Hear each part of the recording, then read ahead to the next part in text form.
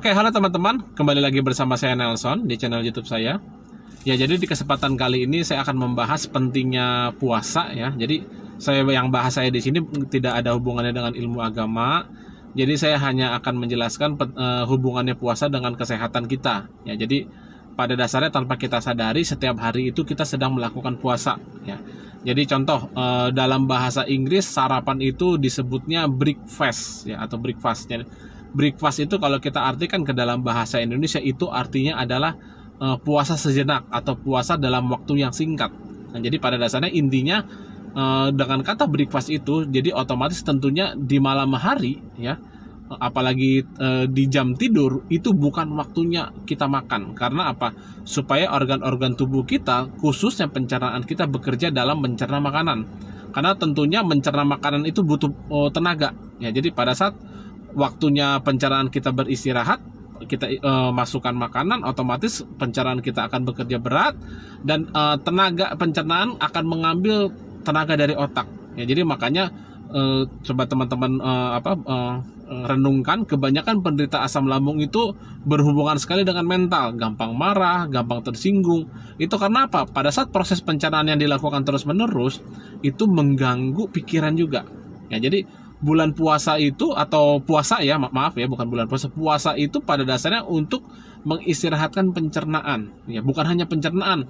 Pada saat kita tidak masukkan makanan apapun dalam tubuh kita, jadi secara otomatis tubuh kita itu akan mendetoksifikasi, membuang kotoran-kotoran. Ya, makanya teman-teman kalau kita perhatikan, kalau kita tidur itu pada dasarnya tubuh sedang mengeluarkan racunnya sendiri dan akan menggantikan sel-sel yang rusak. Ya, jadi tujuan tidur itu bukan hanya istirahat saja, tapi bukan hanya istirahat pikiran dan fisik aja, tapi organ-organ tubuh yang di dalam pun, khususnya pencernaan itu akan ikut beristirahat, ya, ikut membuang kotoran-kotoran di dalam tubuh. Nah, jadi pada saat kita berpuasa, jadi otomatis lambung kita akan beristirahat. Ya, tentunya pada saat lambung kita beristirahat, bekas-bekas makanan itu akan dikeluarkan. Ya, dikeluarkan.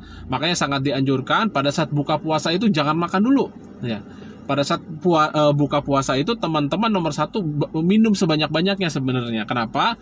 Pada saat kita kencing itu kotoran itu banyak keluar. Nah, jadi minum ya, boleh minuman manis, misalkan air madu atau air kurma, tapi diusahakan dengan porsi yang agak banyak airnya. Jadi walaupun kita puasa teman-temannya, bukan berarti kurang minum. Ya, jadi otomatis kurang minum pun itu akan mengakibatkan asam lambung naik. Makanya dianjurkan teman-teman atur waktunya, jam makan, jam minumnya ya. Jadi bukan berarti kita puasa kita tidak kurang minum. Jadi usahakan minimal 1,5 liter tetap masuk di dalam tubuh walaupun kita berpuasa. Nah, pada saat buka puasa ataupun sahur bukan berarti kita kalap. Ya, mungkin kita terasa lapar terus kita makan sebanyak-banyaknya, itu pun bukan bukan jalan keluar. Ya, jadi yang yang harus teman-teman lakukan adalah minum air hangat dulu, tetap isi makanan-makanan teman-teman dengan makanan yang bergizi.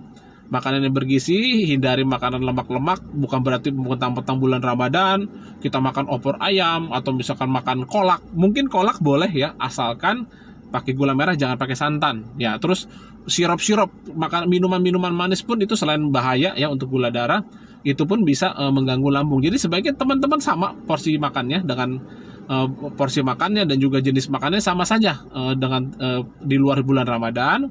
Tapi itu tadi, tentunya pada saat berpuasa itu pencernaan teman-teman akan beristirahat. Jadi pada dasarnya bulan puasa ini kesempatan teman-teman untuk memulihkan pencernaan. Ya, tapi tetap ya, saya tidak paksakan bagi semua penderita asam lambung atau GERD harus berpuasa. Saya juga tidak paksakan, karena di video saya sebelumnya pun saya sudah jelaskan ya. Jadi bagi penderita tukak lambung atau luka lambung, saya tidak anjurkan untuk berpuasa. Tapi kalau memang ada keyakinan, yakin kuat, lakukan saja, puasa saja. Tapi bagi penderita GERD seperti sesak nafas, jantung berdebar-debar, perut sering kembung atau begah, itu dianjurkan malahan berpuasa, karena itu banyak fermentasi sebenarnya di dalam pencernaan usus dan juga lambung kita. Jadi teman-teman atur sendiri, karena teman-teman lah yang paling tahu kondisi teman-teman. Ya, kalau saya kan tidak bisa memastikan ya. Saya hanya bisa tahu kondisi saya yang sepenuhnya. Yang mengetahui kondisi teman-teman ya hanya teman-teman sendiri. Ya, jadi bagi yang yakin, kita harus yakin. Kalau kita yakin kita mampu, ya kita lakukan. Jangan penuh dengan keraguan. Nah, jadi bagi teman-teman, yakinlah kalau yang mau berpuasa, yakin ya. Tapi tentu dengan apa? Menjaga pola pikir, dengan menjaga cukup tidur. Bukan berarti pun puasa kita baring-baring seharian tidak melakukan apapun, itu pun akan meningkatkan asam lambung. Teman-teman tetap bisa melakukan aktivitas seperti biasa asal jangan terlalu berat. Dan juga apa? Pola makan juga tetap ya teman-temannya harus dijaga. Pola makan yang berminyak-minyak, yang goreng-goreng jangan dimanjakan. Kalau misalkan makan paling nyicip sedikit saja, tapi bagi yang parah dianjurkan harus disiplinlah dalam hal makanan. Oke, saya ucapkan selamat bulan puasa kepada teman-teman yang merayakan. Kita ketemu di kesempatan selanjutnya, saya akan membahas topik yang lain. Ya mungkin bagi teman-teman yang mau order orang aktif bisa WA ke saya ya 0812 2026 9210. Oke, makasih teman-teman.